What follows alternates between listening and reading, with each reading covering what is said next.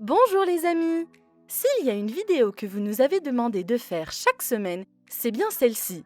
15 livres d'affaires que tout le monde devrait lire. Au départ, on voulait que ce soit un top 10, où on classerait le meilleur des meilleurs livres de business. Mais pour être tout à fait honnête, un livre qui fonctionne pour certains d'entre vous serait un terrible conseil pour d'autres. C'est pourquoi nous avons décidé de répertorier 15 livres que nous avons lus lorsque nous étions au tout début de notre parcours et que nous avons trouvés précieux. Il ne s'agit pas d'un top 10, mais d'une liste de livres qui, selon nous, recèlent de pépites d'or dans leurs pages. Si vous cherchez à enrichir votre bibliothèque, ces livres sont un excellent point de départ. Nous pensons qu'en fonction de l'étape à laquelle vous vous trouvez dans votre parcours, vous devez adapter vos lectures afin d'augmenter vos chances d'avancer dans vos projets actuels. La liste suivante couvre un large éventail de façons de penser la vie et les affaires. Alors assurez-vous de choisir celle qui aurait le plus grand impact sur votre vie en ce moment. Dans la description, vous trouverez un lien avec tous les livres mentionnés dans cette vidéo. Vous pouvez donc les acheter sur Amazon si vous le souhaitez. Mais avant de poursuivre notre vidéo, si vous ne nous connaissez pas encore, bienvenue sur Rich Mindset, la chaîne de contenu qui vous dévoile tous les secrets que personne ne vous apprend sur vous-même et sur notre société. Pour ne manquer aucun conseil, abonnez-vous dès maintenant, activez la cloche pour recevoir des notifications de nos derniers posts et si vous avez appris quelque chose à la fin de cette vidéo, laissez-nous un pouce bleu. Allez, rentrons dans le vif du sujet. Voici 15 livres d'affaires que tout le monde devrait lire. Numéro 1. Napoléon Hill. Pensez et devenez riche. À lire lorsque vous venez de terminer vos études secondaires et que vous souhaitez élargir vos horizons. Ce livre est en fait le pilier sur lequel tous les autres livres de commerce ont été construits. Bien que le titre du livre et une grande partie du texte concernent l'augmentation des revenus, l'auteur insiste sur le fait que la philosophie enseignée dans le livre peut aider les gens à réussir dans n'importe quelle branche d'activité, à faire et à être tout ce qu'ils peuvent imaginer. Napoléon Hill était le protégé d'Andrew Carnegie, l'une des personnes les plus riches de tous les temps. Ce chef-d'œuvre est le résultat de 20 ans d'études de nombreuses personnes ayant amassé des fortunes personnelles et des traits communs qu'elles partagent. Ce livre est parfaitement structuré. Ne vous laissez pas décourager par le fait qu'il s'agit d'un livre ancien. Si vous ne l'avez pas lu, faites-le. Numéro 2. Le secret. Vous devez le lire. Si vous n'avez jamais lu de livre sur les affaires dans votre vie, mais que vous voulez réussir, il est probable que nous allons recevoir quelques critiques pour avoir inclus ce livre, car nous n'avons jamais hésité à dire que la pensée positive ne suffit pas. Et nous le maintenons toujours. Mais si vous vous lancez, que vous avez décidé de suivre votre passion et que vous commencez à lire des livres d'auto-assistance, The Secret est l'ouvrage idéal pour commencer. Il se concentre exclusivement sur l'état d'esprit. Et si vous n'êtes pas capable d'avoir un bon état d'esprit, vous n'avez pas besoin d'étudier des stratégies avancées ou des modèles commerciaux. Lisez le livre ou regardez la vidéo. Appliquez-le et voyez ce qui se passe. Numéro 3. Un père riche et un père pauvre est le livre à lire quand vous êtes prêt à commencer votre voyage financier. Chaque fois que quelqu'un nous demande « Par où dois-je commencer ?», nous leur donnons toujours un exemplaire de Rich Dad, Poor Dad de Robert Kiyosaki. C'est le premier livre que nous avons lu et qui a vraiment eu un impact sur notre façon de voir la vie et sur ce que signifie atteindre la liberté financière. Il enseigne l'importance des flux de trésorerie et constitue l'endroit idéal pour commencer à comprendre la différence entre l'actif et le passif. L'ensemble de la communauté des affaires semble s'accorder pour dire qu'il s'agit de l'un des meilleurs livres d'affaires jamais écrits. Nous avons consacré une vidéo à Robert Kiyosaki que vous pouvez visionner dans le coin supérieur droit. Numéro 4. L'investisseur intelligent. À lire lorsque vous envisagez d'investir en bourse. L'auteur, Benjamin Graham, a été le mentor et la principale inspiration de Warren Buffett. Vous le connaissez, la 3e personne la plus riche du monde à l'heure actuelle. Dans The Intelligent Investor, Graham enseigne les éléments essentiels de l'investissement dans la valeur. Si vous voulez vous lancer dans la bourse, c'est un livre essentiel à lire. Numéro 5. Money Master the Game. À lire quand l'argent commence à rentrer et que vous voulez savoir quoi en faire. Tony Robbins pourrait bien être le coach de self-help le plus riche du monde en ce moment. Et peu importe ce que vous pensez de lui, Money Master the Game est un livre incroyable que nous vous recommandons vivement. Si vous vivez dans un pays développé, notamment aux États-Unis, vous devez lire ce livre. Il décompose et simplifie le processus de sécurisation de votre avenir financier d'une manière compréhensible par tous. Le plus beau, c'est que les conseils qu'il contient ne viennent pas seulement de Tony, mais aussi de personnes qui sont au sommet de la gestion de fortune. Des gens comme Ray Dalio, auxquels vous n'auriez jamais pu avoir accès autrement.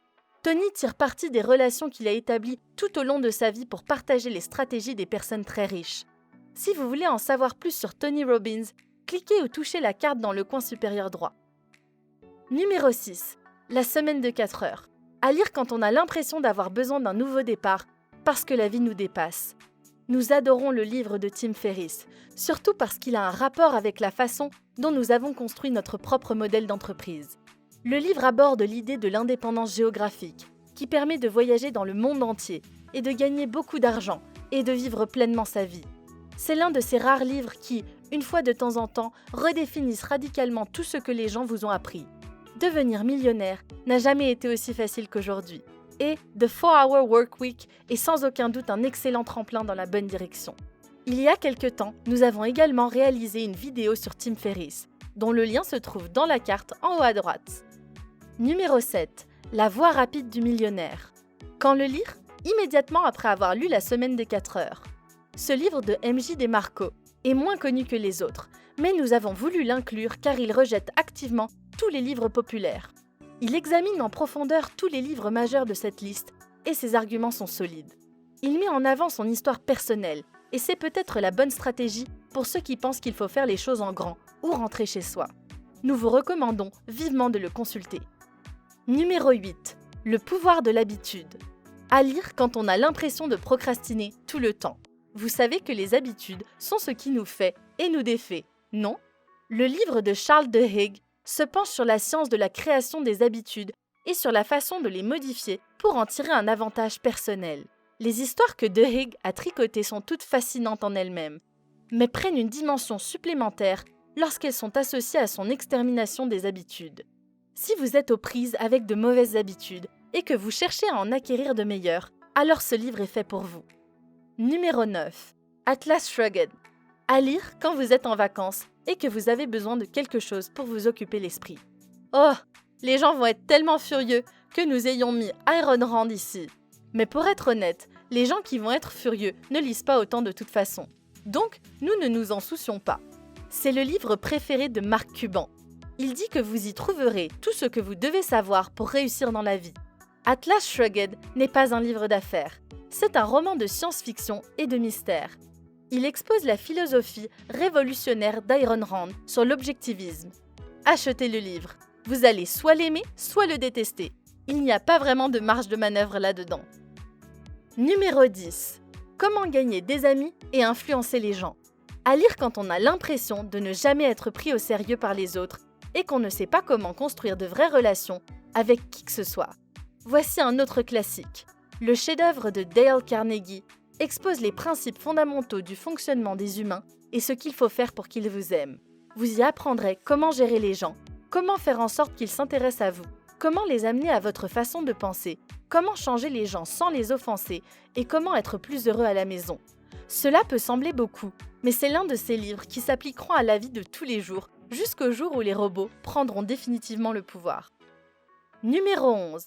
La start-up à 100$.